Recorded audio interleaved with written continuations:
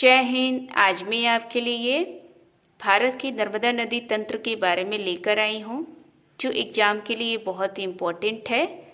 आज हम आपको नर्मदा नदी को मैप के द्वारा समझाएंगे, लेकिन मैप से समझने से पहले हम कुछ बेसिक जानकारियाँ देखेंगे। नर्मदा नदी का प्रवाह क्षेत्र मध्य प्रदेश, महाराष्ट्र और गुजरात 3 राज्यों से होता है। आपको यहाँ नोट करना है, मध्य प्रदेश में नर्मदा नदी 16 जिलों से होकर बहती है और गुजरात में 2 जिलों से, नर्मदा और भड़ौच। प्रवाह की दिशा, नर्मदा नदी पूरब से पश्चिम की ओर बहती है और पूरब से पश्चिम की ओर बहने वाली सबसे बड़ी नदी है। नर्मदा नदी की लंबाई देखेंगे, कुल लंबाई 1312 किलोमीटर है। मध्य प्रदेश में इसकी 1077 किलोमीटर है, महाराष्ट्र में 74 किलोमीटर है और गुजरात में 161 किलोमीटर है। नर्मदा की सहायक नदियाँ 41 हैं, दाईं ओर से 19 नदियाँ हैं और बाईं ओर से 22 नदियाँ हैं। यहाँ नोट करना है, नर्मदा एकमात्र ऐसी नदी है जिनकी सहायक नदियों के नाम रसोई की सामग्री और जंगली जानवरों के नाम पर मिलते हैं। अब आइए देखते हैं मैप के द्वारा। दोस्तों, ये हमने मैप बनाया है, आप देख सकते हैं। नर्मदा नदी को अन्य नामों से भी जानते हैं, जैसे रेवा, मैकाल सूता, कुंवारी नदी, हृदय नदी और मध्य प्रदेश की जीवनदायिनी भी कहते हैं। दोस्तों, नर्मदा नदी की घाटी भ्रंश घाटी है, इसे रिफ्ट वैली भी कहते हैं। आपको ये भी नोट करना है, नर्मदा नदी जो है उत्तर में विंध्य श्रेणी पर्वत और दक्षिण में सतपुरा श्रेणी पर्वत से होकर बहती है। अब हम लोग ये देखेंगे नर्मदा नदी का उद्गम कहाँ से होता है। दोस्तों, ये मैकल पर्वत है। नर्मदा नदी जो है मैकल पर्वत के 1050 फीट की ऊंचाई से निकलती है और अमरकंटक नामक स्थान से ये नदी निकलती है।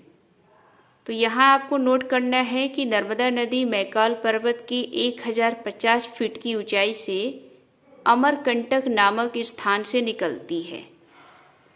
अमरकंटक नामक स्थान से निकलने के बाद ये नदी आगे की ओर बढ़ती है और इस नदी पर जलप्रपात हैं। एक है कपिलधारा जलप्रपात और थोड़ी दूर आगे एक जलधारा है जिसका नाम है दुग्ध जलप्रपात। ये दोनों जो है अमरकंटक नामक स्थान पर हैं। अब इसकी सहायक नदियाँ देखेंगे हम लोग इसी नदी पर।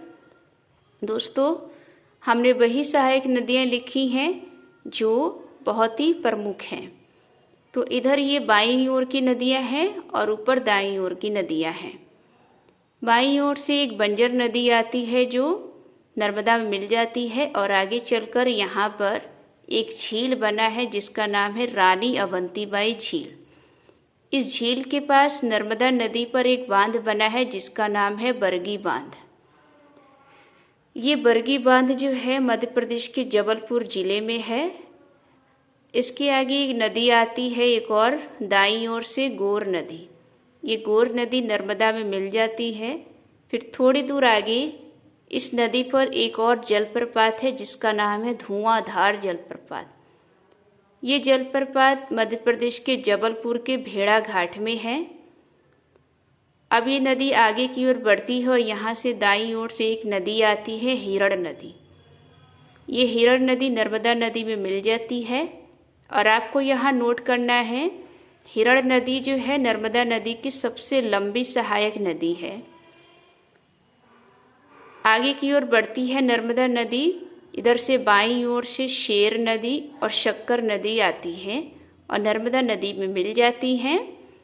और एक दाईं ओर से नदी आती है बरना नदी। ये भी नदी आगे चलकर नर्मदा नदी से मिलती है। फिर थोड़ी दूर आगे बाईं ओर से एक नदी आती है, तवा नदी। यहाँ पर आपको नोट करना है, तवा नदी जो है नर्मदा की सबसे बड़ी सहायक नदी है। दोस्तों, यहाँ पर आपको बड़ी और लंबी का ध्यान रखना है क्योंकि बड़ी और लंबी में अंतर होता है। ठीक है।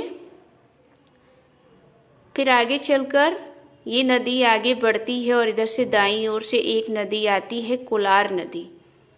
कोलार नदी भी नर्मदा में मिल जाती है और इधर से बाईं ओर से गंजाल नदी आती है, नर्मदा में मिलती है। और थोड़ी दूर आगे एक बांध बना है जिसका नाम है इंदिरा सागर बांध। ये इंदिरा सागर बांध नर्मदा नदी पर नर्मदा के खंडवा जिले में है।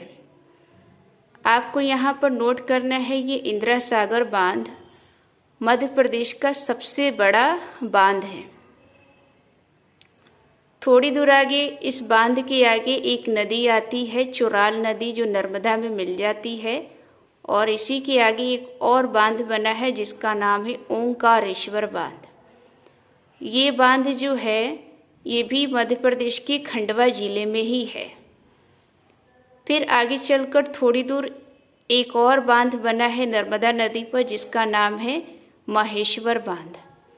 ये मध्य प्रदेश के खरगोन जिले में है। और आगे चलकर थोड़ी दूर कुछ सहायक नदियाँ और आती हैं जिसका नाम है मान और हथनी। ये नदियाँ नर्मदा नदी पर मिल जाती हैं। और यहाँ से आप देख सकते हैं ये जो हमने बनाया है, यहाँ से ये नदी गुजरात में चली जाती है और यहाँ पर एक बांध बना है जिसका नाम है सरदार सरोवर बांध। दोस्तों, ये सरदार सरोवर बांध जो है गुजरात के नर्मदा जिले में बना है। और ये सरदार सरोवर बांध भारत का सबसे बड़ा बांध है।